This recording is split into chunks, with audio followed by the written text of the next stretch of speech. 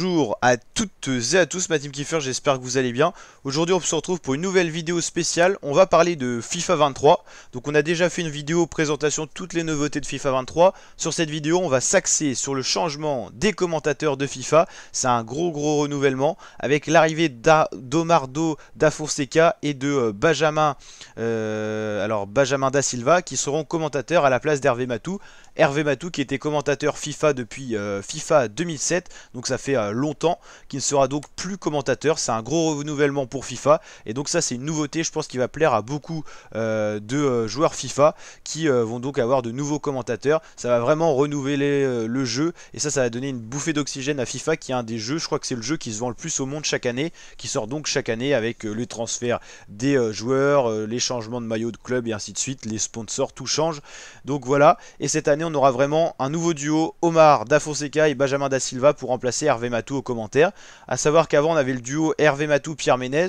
Par rapport au problème judiciaire de Pierre Ménez, il avait été supprimé, donc c'est vrai que pour FIFA 22 c'était un peu triste, on n'avait qu'un seul commentateur, c'était Hervé Matou. Et donc là, grosse bouffée d'air avec Omar da Fonseca et Benjamin da Silva, qui sont des commentateurs donc de beIN Sport, qui vont passer commentateurs de FIFA. Il faut savoir qu'ils préparent depuis plus de 2 ans les commentaires FIFA. Il faut savoir que c'est pas comme on le pense, hein. Ils vont pas commenter des matchs réels qu'on va retranscrire sur FIFA. Il faut vraiment qu'ils fassent des enregistrements avec donc un écran et des scénarios en gros à dire. Et il y a beaucoup de choses. Il faut avoir le nom de chaque joueur présent sur FIFA, de chaque équipe, de chaque nation, plein de dispositifs défensifs, milieu de terrain, offensif, pour vraiment que ça soit réaliste. Donc ça c'est un travail qui a duré 2-3 ans du côté de Omar da Fonseca et de Benjamin da Silva. Bien sûr ils doivent être très bien rémunérés, mais c'est aussi la passion qui parle. Et donc ça va être franchement sympa, parce que la voix d'Omar elle est incroyable, notamment son attitude et tout ça, c'est vraiment un beau commentateur. Et ça va changer d'Hervé Matou et de Pierre Ménez, que je trouvais trop calme, hein, et c'est pas des grandes voix non plus.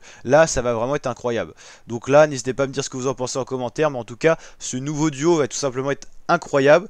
Avec les nouveautés FIFA en plus, on aura le crossplay, donc on pourra jouer PC, PS4, PS5, PS4, PS5, Xbox, ça va être incroyable aussi. Et on aura la Coupe du Monde de disponible sur FIFA 22.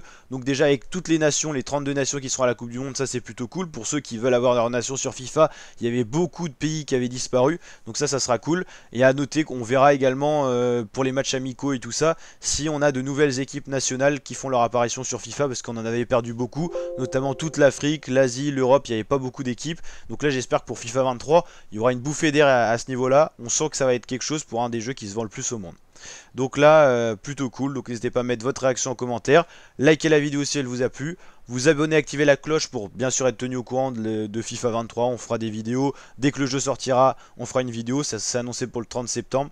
Et puis la team, on se dit à très bientôt pour de nouvelles vidéos. Ciao, ciao!